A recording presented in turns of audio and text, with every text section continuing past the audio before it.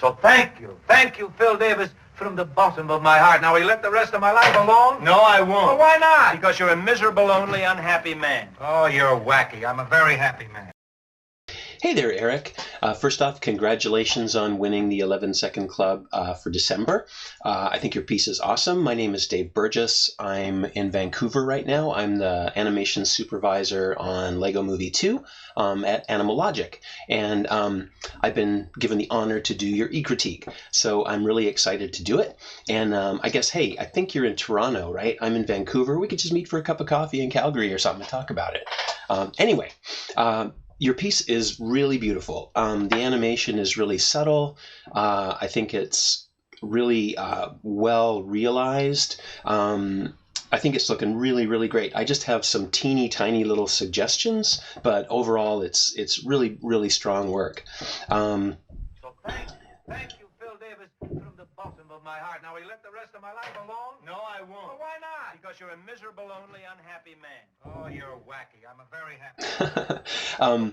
So for me, the only thing technically that catches my eye really is the connection between the arm and the wrist, right in this area right here. This is, to me, it's feeling a little stuck.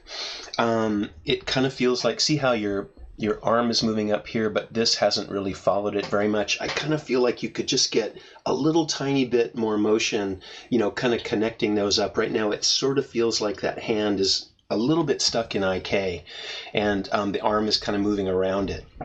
I also feel that perhaps there you've got a nice little finger adjust right there. You might be able to do something a little bit broader with that index finger, moving it a little bit right to left, something like that.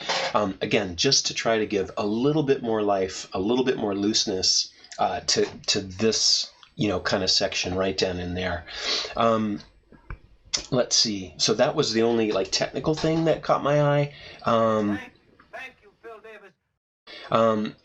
I think, let's see. I will say that I think the guy in the background, your mechanics feel really good on the walk, and I know he's not the main focus, but for me, potentially getting a little bit more of kind of that into the walk, a little bit more side-to-side rotation, just could make it a little bit more interesting. But the timing feels really good, and everything else feels really cool. Let's see. Thank you, Phil Davis, from the bottom of my heart. I really love this when he says from the bottom of my heart. I think your expression there looks really, really great. I like the little rolling action that you're getting on the knife hand. If I was going to be super picky, and why not? I can be. I would suggest potentially, let's see if I can get in a little bit more. This is just purely an appeal thing, but I think if you got those eyes a little bit bigger, you would end up with a slightly more appealing expression on the guy. Like when I see that, the pupil and iris are almost buried under the lids, so getting a little bit more of that, and I know even if it's like this, to keep that nice half-lidded look that you've got, I just think getting a little bit more of that showing is just going to make these in-between frames a little bit more appealing. Let's see. It's a shame that these frames here are getting motion blurred, because I would love to see those really nice and pushed, really going above and beyond kind of the limitations of the rig, and it's just for a couple frames, but really getting a strong stretch in there. And I know your piece is very naturalistic. It has a really nice kind of referencey feel, and it feels very believable, but for my personal taste, I love when you can take something that feels really natural like that, and you can just add a little spike here and there of kind of over-exaggeration to make sure that it doesn't get kind of stuck in that naturalistic place, and you spike it a little bit for those extra pops that make it super, super fun to watch. Here when he says alone, I like your mouth shapes there. He gets a little teeny bit cross-eyed right here, so if you're going to lead with those eyes, I think you could probably do that, and I think that would feel really good. Just getting a little bit more like that, bringing those eyes around. And if you're just doing it, I mean, I actually quite like that. I think that looks really cool that he's sort of glancing a little bit back at the guy. And you could do it as a micro expression. You could have it on for really about 6 frames like this. And then you could start to bring those eyes back down to where you've got them like this.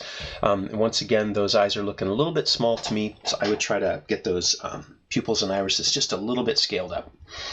I think this feels really great. Actually, I love the subtlety of when he gets into that angry chop. I think that feels really good through here, that you're bringing that little piece kind of up like this over onto his shirt. I think that feels really nice. It took me a minute to catch that. I wonder whether maybe it would have been worth making it a little bit bigger. And I think that's a tomato, so maybe you could have even made it a little bit more red like that, just to make it pop a little bit more. No, I won't. Why not? I think that's really fun in here when he says, well, why not? This is, again, one of those places where you might be able to push that just a little bit more. You know, get those lids open a little bit higher.